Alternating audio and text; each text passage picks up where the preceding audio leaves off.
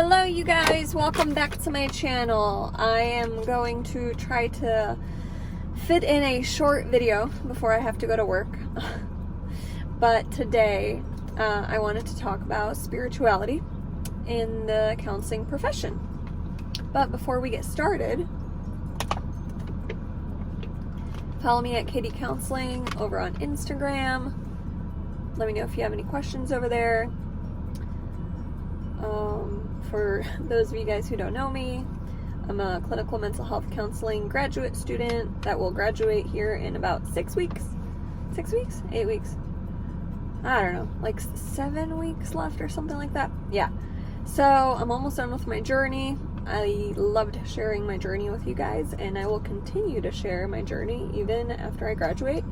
And you'll get to see how I build my business and all that fun stuff. So if you are interested in that, hit the subscribe button and the like button. It just really helps me out and helps others see my content.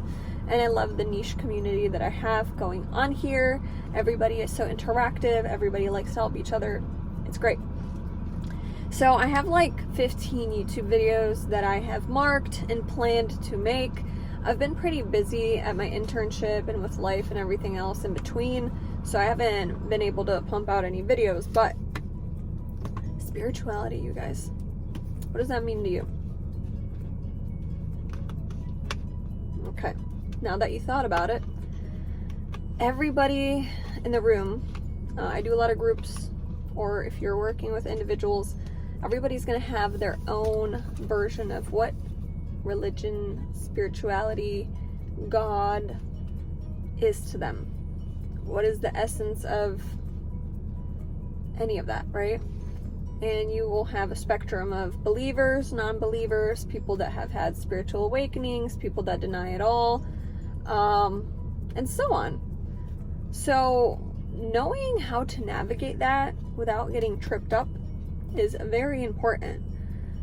I did take a couple of classes in undergrad. I had like world religions, ethics, sociology, and things like that, where we kind of talked about these subjects and learned about different religions and what people believe in and what spirituality is and how certain things are from within and what you believe in. And then there's religions where it's organized and people believe in the same thing. So knowing how to navigate this can be tricky, but if you do it with confidence, and if you're not really confident, you know, that imposter syndrome, try to listen. Always ask questions. How do you mean? Can you explain that to me? What does that mean to you? You can always find out what the person really believes in or what they're about, because for example, in groups, you don't want to start preaching your beliefs or even only giving examples of beliefs that you hold, because that's not for everybody, right? And a part of being a therapist is being multicultural, knowing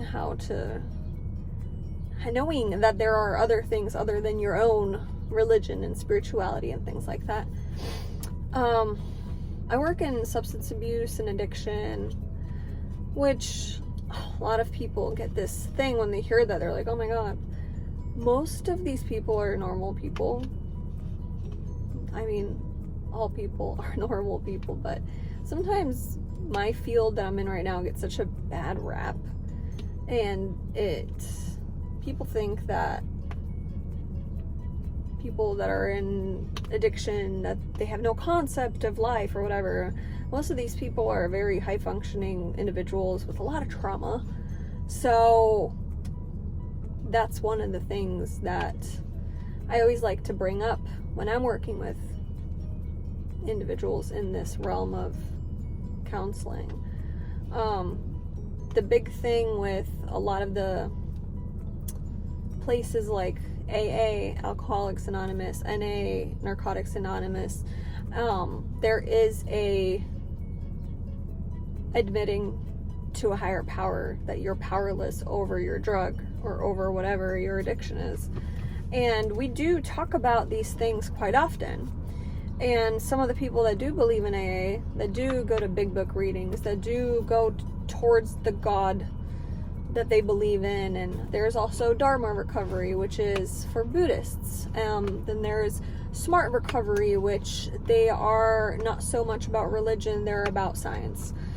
And about if you mess up, you can keep going. Don't get so down on yourself. Just keep going. Keep persevering. Then you have celebrate recovery, which is very structured with, I think, the Christian faith. So there's different ways to navigate religion and spirituality, but I would recommend doing some research on that, because again, you don't want to sit there and not know what you're talking about, and you don't want people to point fingers and say that you're pushing your agenda down anybody's throat. So just be careful the way you say it, and ask more questions if you don't know. Always ask, but it's one of the things that a lot of people will discuss, and they will attest to that this was a turning point for me in my journey. This is why I got sober. This is why I started living my life in a different way, and God helped me, the universe helped me. This was a spiritual awakening that I had. And a lot of people will relate to it, and some people will not relate to it.